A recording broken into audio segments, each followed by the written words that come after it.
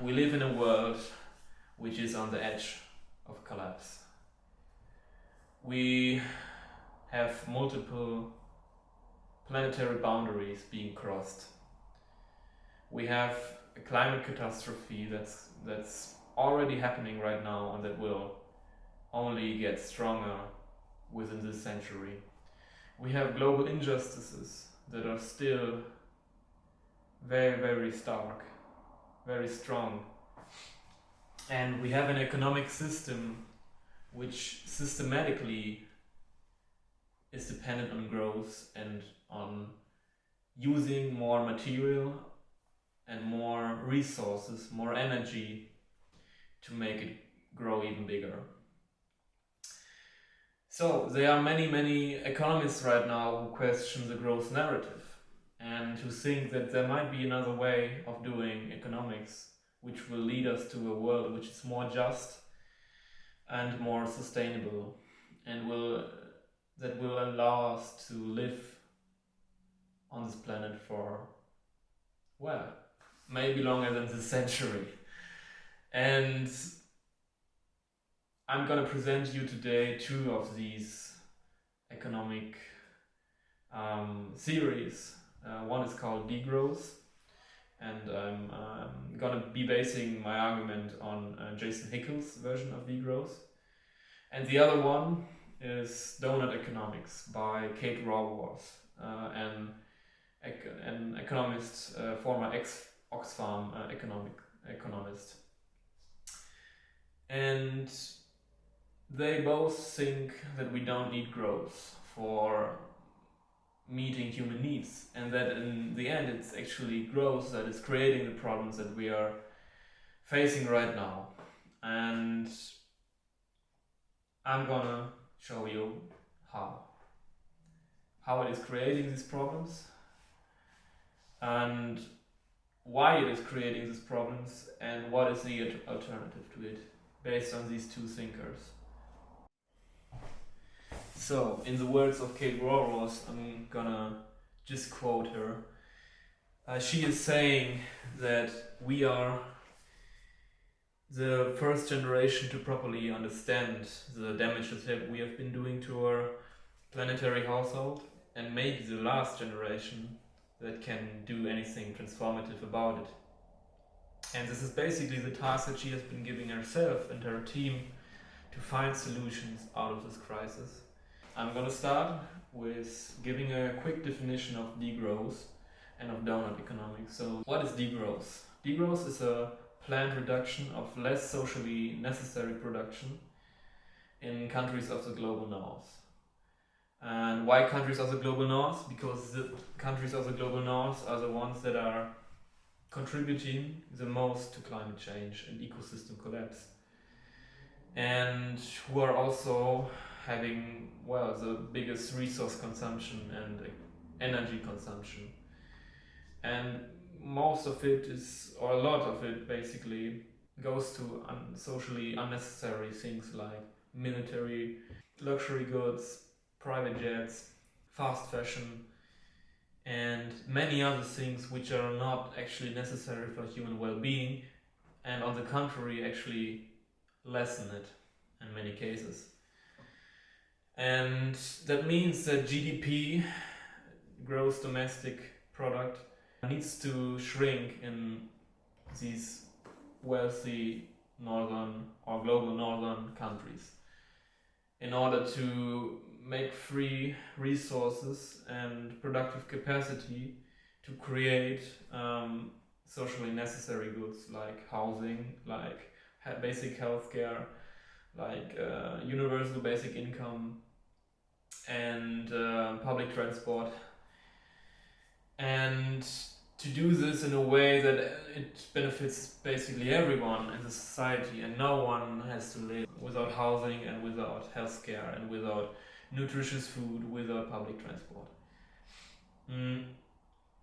On the other hand, countries in the global south, on which the global north is very dependent upon for resource appropriation, about 50% of everything that we consume here in the global north, for example in Germany, comes from appropriation of resources and labor power in the global south. And in these countries, many human needs are not being met.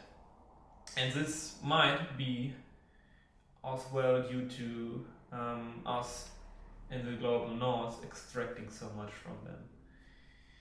And this means that global south countries can continue growing and actually need to continue growing, because otherwise they might not be meeting human needs and might not improve indicators of human well-being. Another entry point to creating a new economy is Doughnut Economics by Kate Raworth.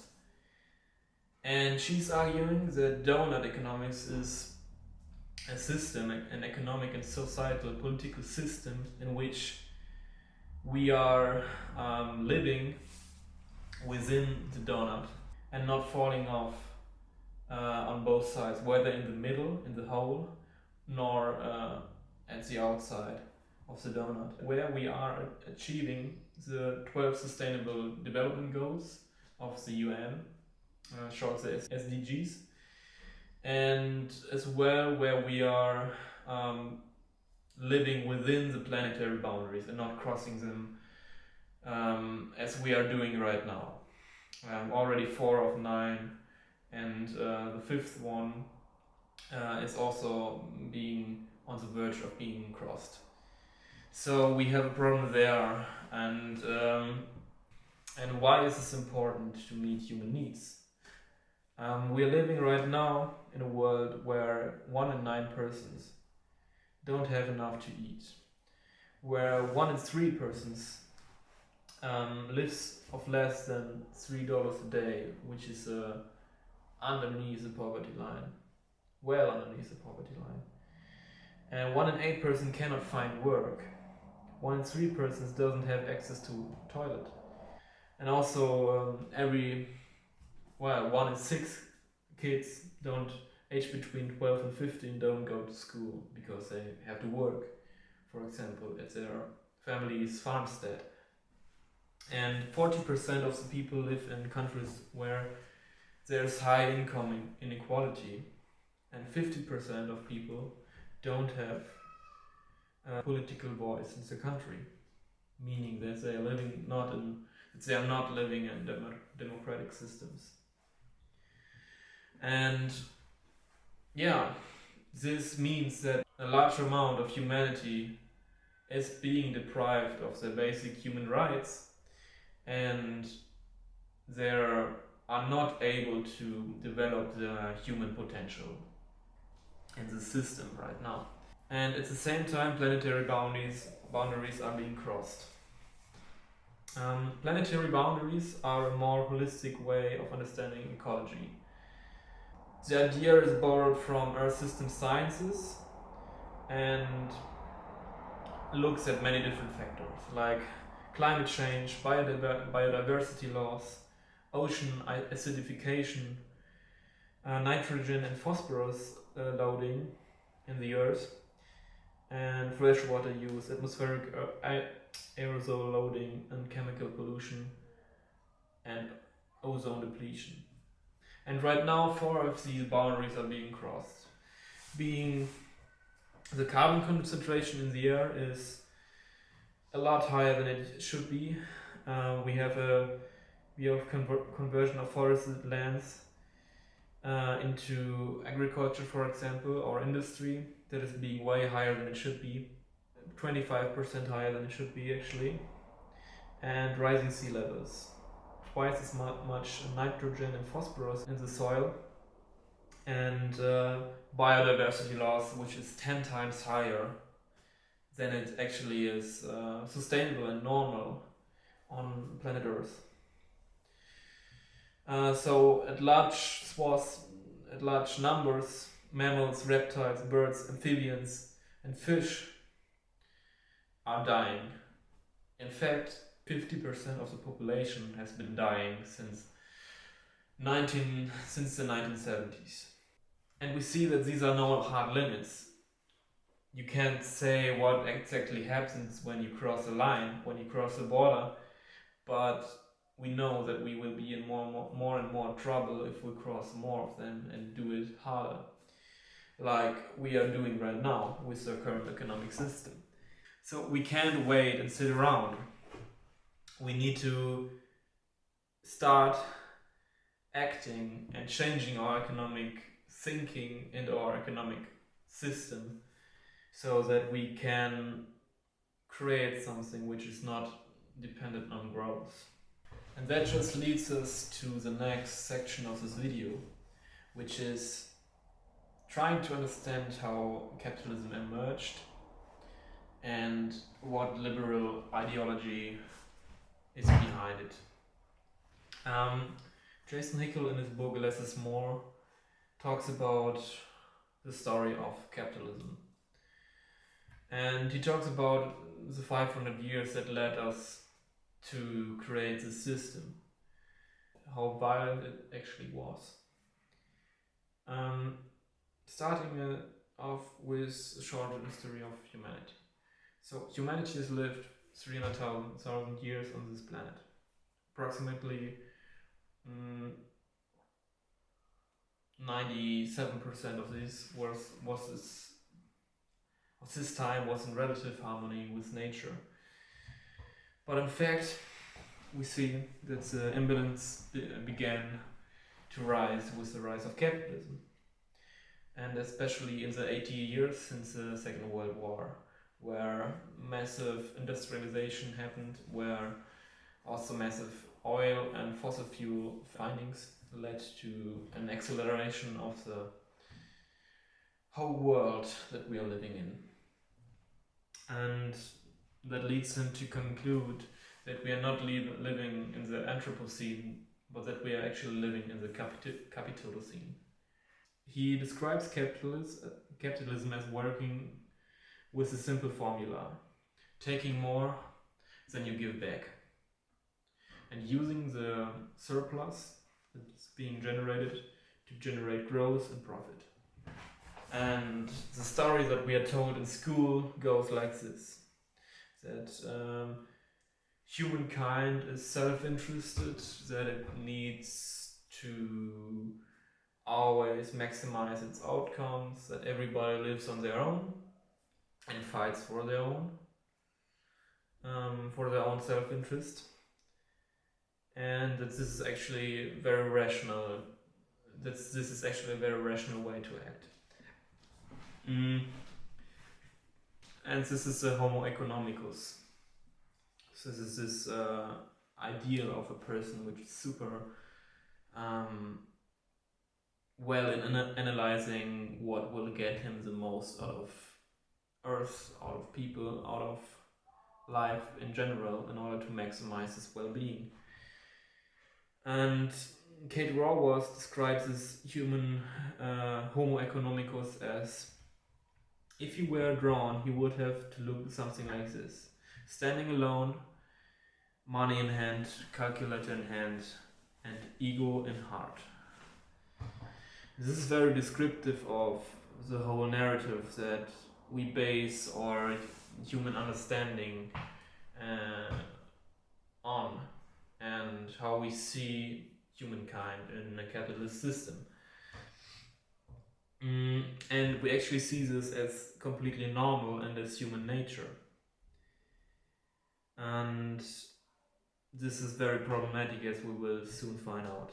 The actual story of capitalism is not something soft, not a soft transformation due to enlightened thinkers in technological improvements and science that transformed the society of feudalism, which was brutal, into the just and liberal and very free world of capitalism that we find ourselves in right now. Now, this is actually not true. Jason Hickel argues that it didn't emerge like this. The true story is something more complex and something darker in fact. And I'm gonna tell you a little bit about the story. He calls this the story the forgotten revolution of the communes.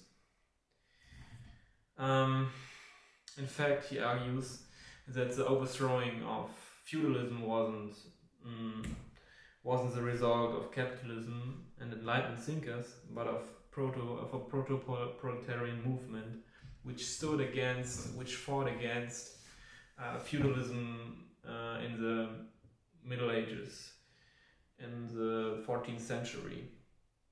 And they got the opportunity due to, for example, one factor was the Black Death and reduction of the general European population, which enabled them to bargain more harder with feudalist lords and to gain more bargaining power in order to have better working conditions and more rights to their lands. And so more and more they freed themselves out of feudalism's reign in this particular time for around a century, and actually established a way of auto government where they could own land and share it with people, and have more free time and have more well-being in general, and being less dependent upon the feudal lords. And this obviously was a problem for feudal lords, for the church, which saw this movement as something dangerous and as something which gets in the way of the interests of the church in order to control the people, and of capitalists. They saw this as a way of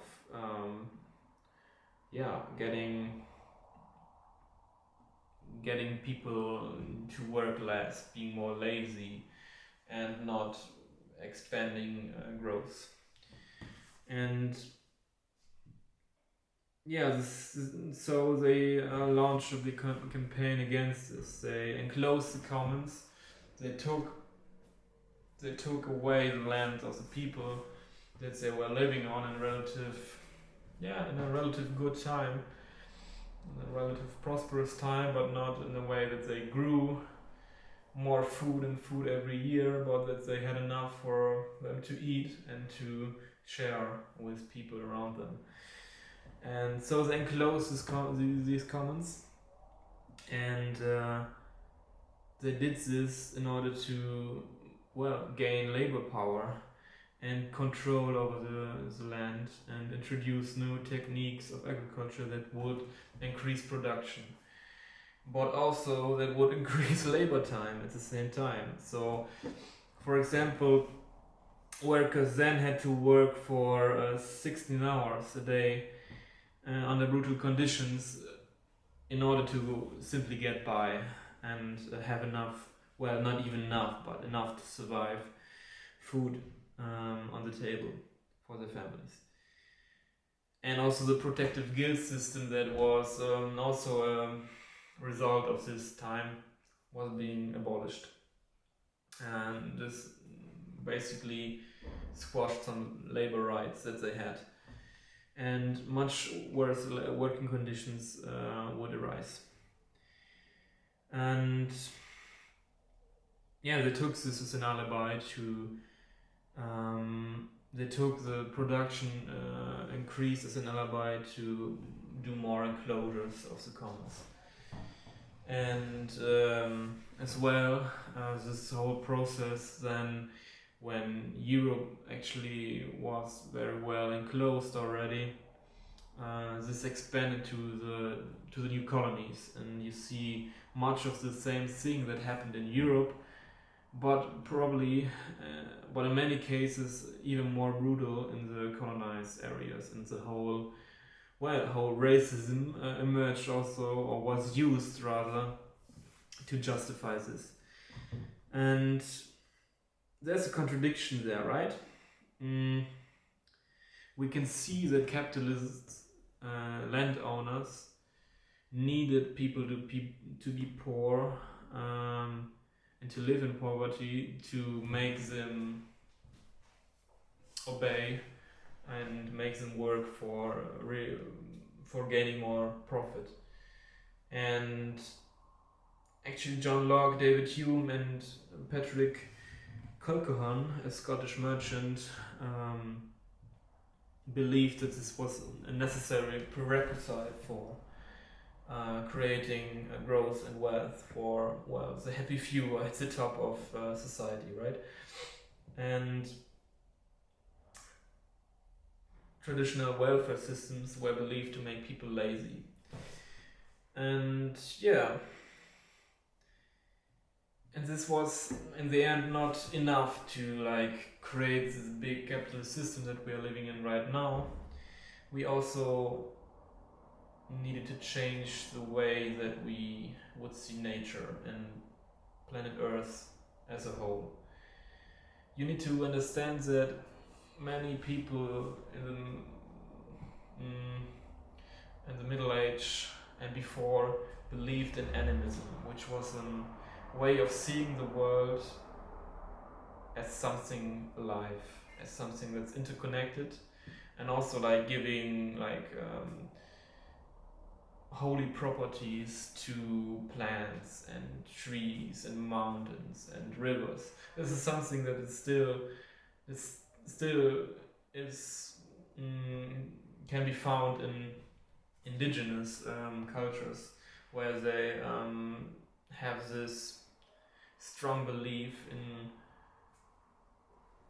the unity of all living things, and even in the unity of everything, and even belief in the holiness of mountains and rivers. And due to this, act in a way which protects nature effectively.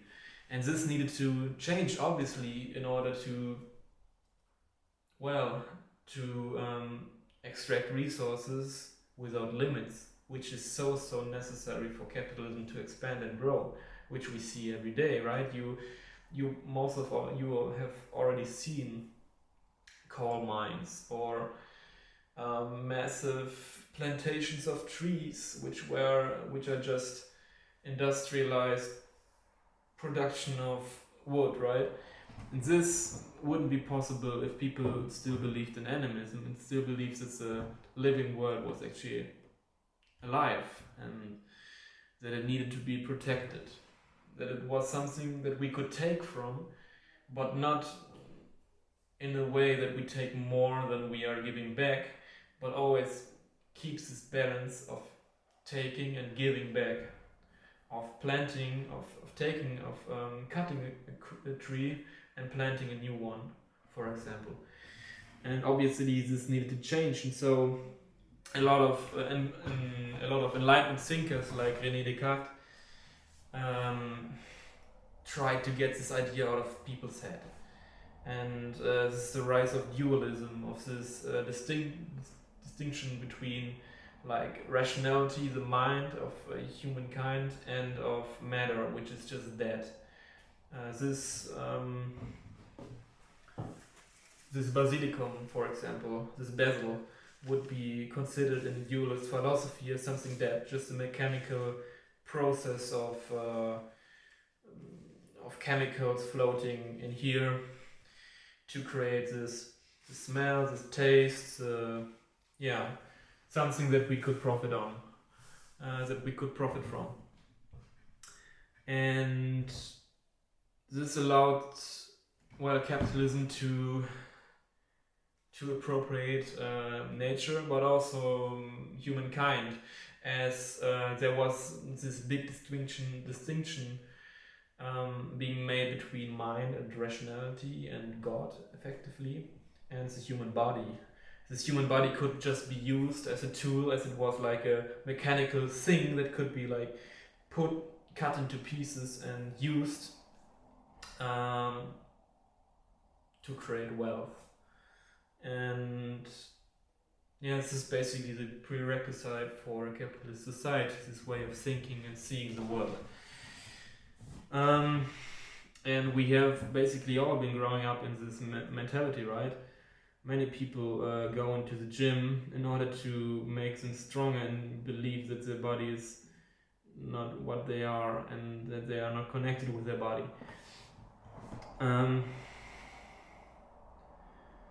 How else could we see the world burning and not be angry or be frustrated or feel pain, as we are knowing that we are so connected and so dependent upon it? No, we see this and we think, I don't care, it's just another forest that is burning.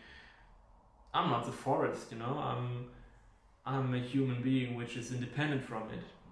But obviously these times show us that this is not the case, that we are so interconnected with everything that is alive.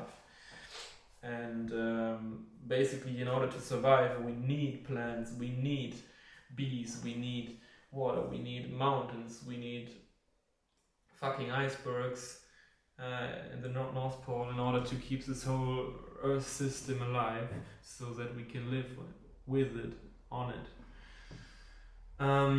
Okay, so much for this. So we have a short rundown of this capitalist ideology and liberal ideology which fuels our current system.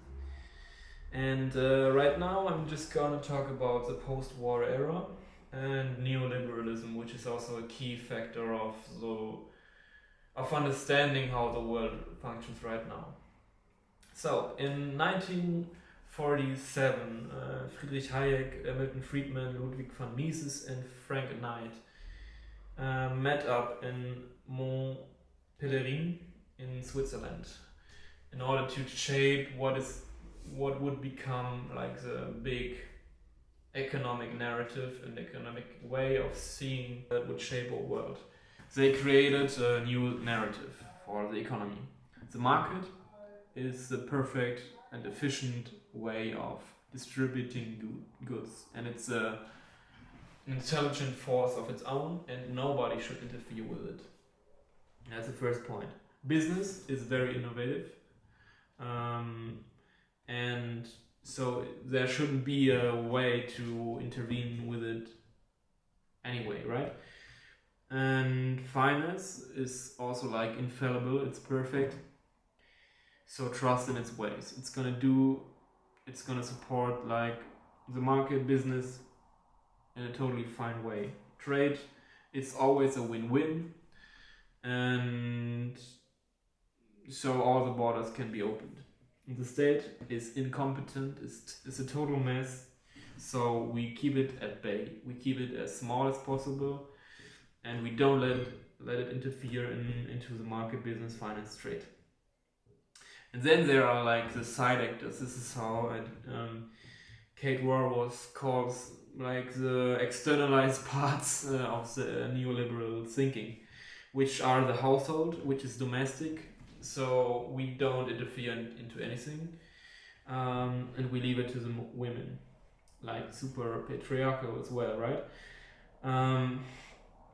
The commons, meaning like places where there is no market and no state, but people share together, and this could also include things like parks or water access or you name it. And this is a tragedy if we follow the neoliberal story, because their argument is that people always act in their self-interest, right? And when there's something that is for free and for all, there are always going to be people who take advantage of that and to use this to maximize their own well-being.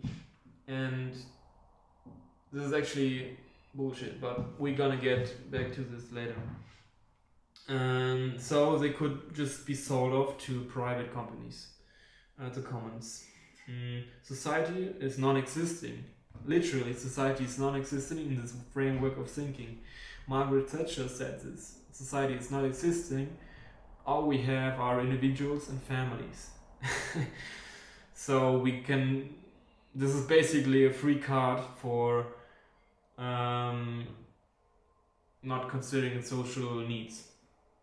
And we can see this in a lot of neoliberal policies. Earth is inexhaustible. We have like everything we need. We can take as much as we need from it. And power, like political power, economic power, is irrelevant because the market is like a super mechanism that works on its own. So it doesn't need to be mentioned. We don't care about it basically. And all of this, well, can make one wonder whether behind that ideology lay the foundations of our current mess. Is the market really that efficient in distributing to all? Is finance really infallible? And our like happenings or events like the financial crisis of 2008 not a counter argument to this? Is trade really always a win-win when we look at the global south and how it's always like still being used as a cheap way of getting labor power and resources? Are states really that incompetent at solving problems? Are the commons really a tragedy, or is there more behind it in ways that people self-govern and share resources with rules? And is the earth really inexhaustible? And do we really have like total freedom to take everything we want? And actually, there's a funny little side note. Francis Bacon once said that the earth is a common harlot, like in this old English, harlot means whore. So this is something like also fucking patriarchal. I'm sorry, very patriarchal. That the earth is basically something that to be used. And this very much shows in the way that we treat nature and earth right now. We're gonna talk about the difference between use value and exchange value. This is very important because it's one of the laws that define capitalism. And let me just start by talking about the difference. So use value, what is it? It is basically how humanity used to work, or the human economy used to work for the biggest part of human history. It means that you have a product, you get money for it because you sell it, and with that money you buy another product which you can't produce or which you don't have. And this is also for the biggest part of humanity still the way that we interact with the market. But for capitalists and the people with money who own the productive forces, this thing looks different. We have exchange value, where this basically means that you have money, you invest into the productive forces that you have, into labor, into the fabrication of the product, into the machinery, and in order to create more value out of it, in order to create surplus.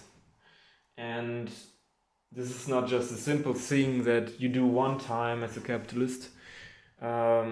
Most companies, almost every company, in order to stay competitive, uses the revenue, the surplus, in order to reinvest into expand the productive possibilities, so that you make even more profit out of it.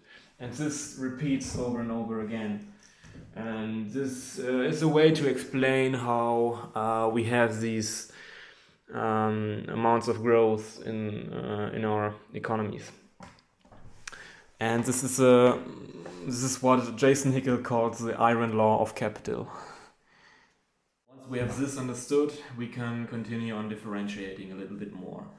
So we need to make a difference between like small companies such as your little restaurant, your local store, your local shop, which isn't a chain store, for example, and big corporations like Apple, Amazon, you name it. The difference is that the small stores operate mostly in a way to subsist. So your restaurant is probably not gonna make a lot of profit, but this is okay because the people just gain enough profit in order to basically finance their life. And so this is completely different, obviously, for countries like Apple, Amazon, Tesla, because they, in order to stay competitive in this growth-based economy, they have to expand. And how do you do this? You do this by buying up competitors, by putting local shops out of service, by lobbying, by lobbying, and by therefore being able to get more political freedom or more freedom from the state in order to act in a way which is more profitable and which creates growth. You break into new countries, create new markets, etc. Expand portfolios, and as well as we see in many cases you betray in order to keep on growing, such as we saw with Volkswagen, for example, and the diesel scandal. And this is all in order to stay competitive. So it's a race between companies, obviously. It's not like all these people are directly evil or something. It's just the law of the market. And the distinguishing factor of capitalism from other ways of doing business or of organizing the economy is that profit isn't just something to satisfy a certain need. Profit becomes capital that needs to be reinvested in order to become more profit, just to stay competitive. And there we see a disconnect from actual human needs. We don't need all of these SUVs. We don't need the fucking skyscrapers. We don't need like a seventh yacht. It's just something that is being created by the market forces, and that companies via advertising sell to people and generate new desires in people in order to stay competitive in the system. So in a way, this capitalistic system can be compared to a virus, because the sole purpose is to replicate and expand. It's basically like how a virus operates. And the thing is that due to this, we can see that in the time that capitalism or that modern capitalism has taken shape, living standards did rise. But I might just ask, is this really due to capitalism or more to scientific revolutions, to sanitation, to having access to toilets and fresh water? There's actually good evidence that shows that most of the progress in terms of well-being, human well-being, and living standards is due to these factors, as well as when we look at labor rights, for example, that we take for granted right now, like the 8-hour day, the minimum wage, for example, that we have in Germany, pension funds, as well as you getting money when you're sick. That is also due to workers' movements that actually throughout the history fought against this way of brutal capitalism that doesn't see the human being. So there are a lot of factors, obviously, but at least we can question this narrative that capitalism is the reason for human well-being and that growth is necessary to expand it. And we get more into this in a while. All right. We continue with how the system, the social, economic, and political system in which we live in right now, is deeply dependent on growth. We saw that companies don't just expand out of greed. They expand because it's a structural imperative for growth. In order to stay competitive, they have to grow. Rate of profit is a sign of health of a firm, and the profit per se is meaningless. That what counts is how the profit grows over the time. And this is also connected in the way with the way that investors behave, because investors are always looking out for new ways to generate profit, right? To invest their money in so that it becomes more. And when a company slows down in terms of growth, they get their money out of the company and just invest it into the next promising big thing, right? And so the company just might collapse. This leads to companies always acting on in the way that they have to do whatever they can in order to grow and stay competitive. This is in a way grow or die imperative that we live in. And why do investors always have to be on the lookout in order to find the next possibility to expand their money? It's because money that sits still loses value due to inflation and depreciation. So money has to, in a way, keep moving, right? Then another factor is the compound function. So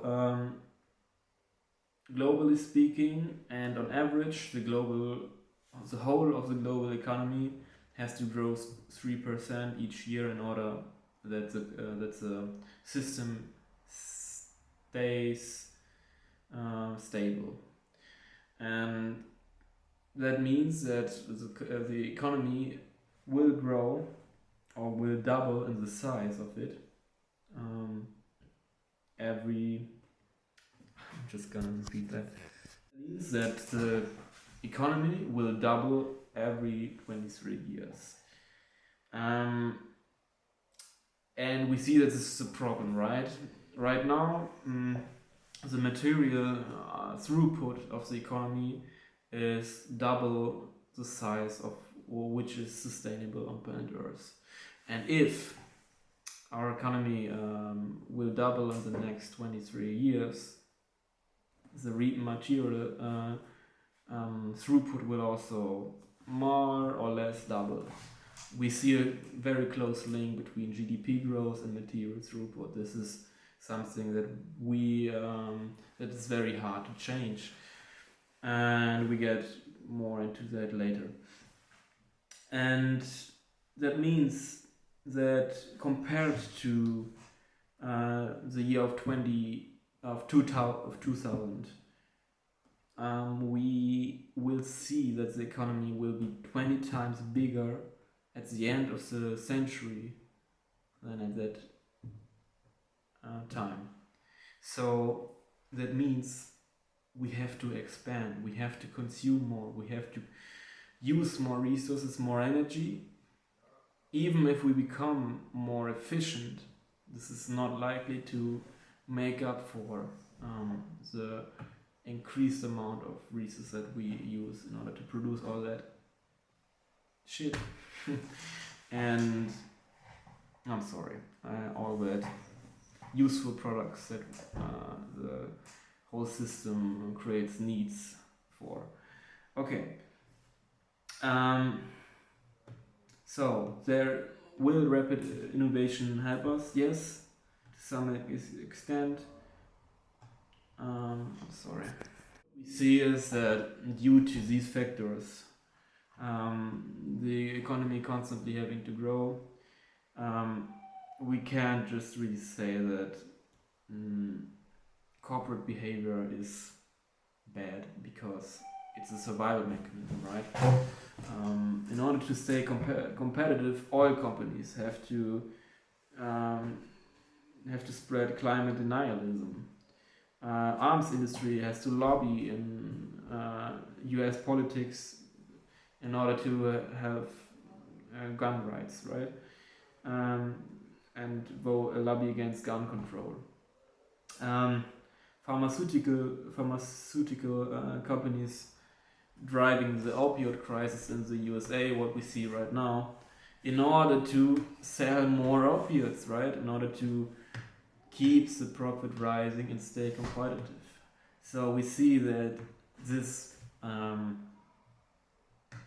dependency on growth creates a lot of problems on the societal level, which are very, very hard to change and to reduce when we are still dependent on this growth.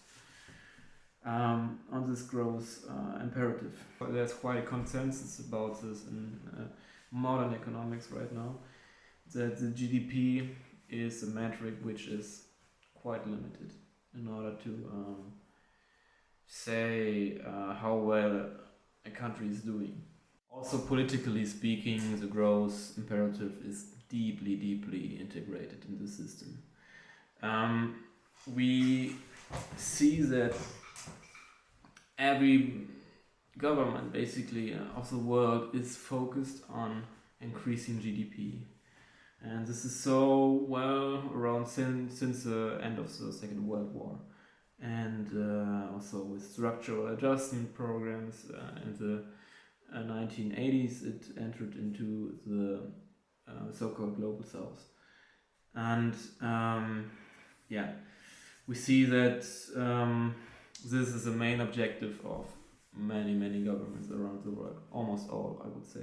The thing that is being called the productivity trap, where we see that in our capitalist system, companies always find ways to increase productivity and to invest more into growing their respective production. So that means that workers need to be laid off. And this in turn creates big pressure on governments to expand the economy to create new jobs, to reduce unemployment. And that is one of the traps that our current system is finding itself in, and that's why it's so hard to sell something like degrowth within our current political and social and economical framework as something that is possible politically. And there's just another problem, and that is the debt trap. The debt trap is closely related to government spending, as government spending depends on selling bonds. And selling bonds is a measure of borrowing money. And these bonds come with interest. And these interests are also a compound function, so they grow exponentially over time. And in order to pay back these interests for the bonds, the government needs to increase its revenue and needs to grow. And basically what happens when there's economic slowdown is that governments can't repay their debt, and this is a political failure, right, in this current system. So we need Another factor is that GDP is on the international political scale a measure of power. So that means when you have a lot of GDP, you can afford a lot of military spending and bargaining power. That means that, obviously, countries strive to become more powerful in order to stay more competitive on the international level. We're gonna continue with asking how our current growth-dependent system is creating inevitably ecological collapse. And I would just start by thinking about the metaphor of growth, because it's taken for so granted in our economy. The thing is, when we look at nature, for example, us humans, plants, animals, they all grow, obviously. They transform from different stages and become bigger, but also that growth naturally levels off at some point, and even we even decline, right? We get old, we even physically become smaller, become more fragile, become less our physical strength reduces. And so seeing that from this standpoint, it's quite unnatural and against many laws of nature that we think that our economy can grow indefinitely. And it also shows when we look at resource consumption and planetary boundaries that we are already crossing. But that is to say that growth is not bad in and of itself. It is actually sometimes necessary that we grow our economies, as we already talked about that in global south countries. It is important that they grow in order to meet human needs. But the growthism, that's how Jason Hickel calls our current economic paradigm, is actually quite dangerous, because it says that growth should grow for its own sake and without limits. And this might have worked in this time after the Second World War, this last 80 years to some extent. As we saw that raw material consumption exploded after the Second World War. This time frame is also called the Great Acceleration. We also see that GDP growth is directly coupled to the material consumption and the material exploitation of our nature. So right now, or the data is from 2017, we have a total material consumption of 92 billion tons globally. And this is almost double the number of what is sustainable. And if we continue growing until the year of 2100, with this 3% growth, global growth per year, we will reach resource consumption of 200 billion tons of material use. This is data that has been taken from our way that we produce and use materials right now. So it's not taken. There is no data included that. There's one study which is very indicative of how deep our problem is when we continue with a growth-dependent economy. And this study is made by the UN Environmental Program, and they ran the study with a global CO2 tax of almost $600, resource extraction tax, and rapid technological development. Plus, they also calculated in the rebound effect. This rebound effect is very important because it says that improvements in technology lead to a fall of prices and thus on the market lead to an increase in demand. And well, obviously we have to calculate this in order to make realistic analysis, and it showed that with this, all of this calculated in the study, we still reach 135 billion metric tons of resource consumption, which is almost, and I say this like very, very explicitly, which is almost 3 times as much as a resource extraction which is sustainable of 50 billion metric tons. I don't know about you, but for me this is like the argument for a degrowth economy, because we see even with best practice, even with very, very high CO2 tax, with resource extraction taxes, and also with rapid technological advancement, we can't reduce our resource extraction to the level which is sustainable in this growth dependent economy.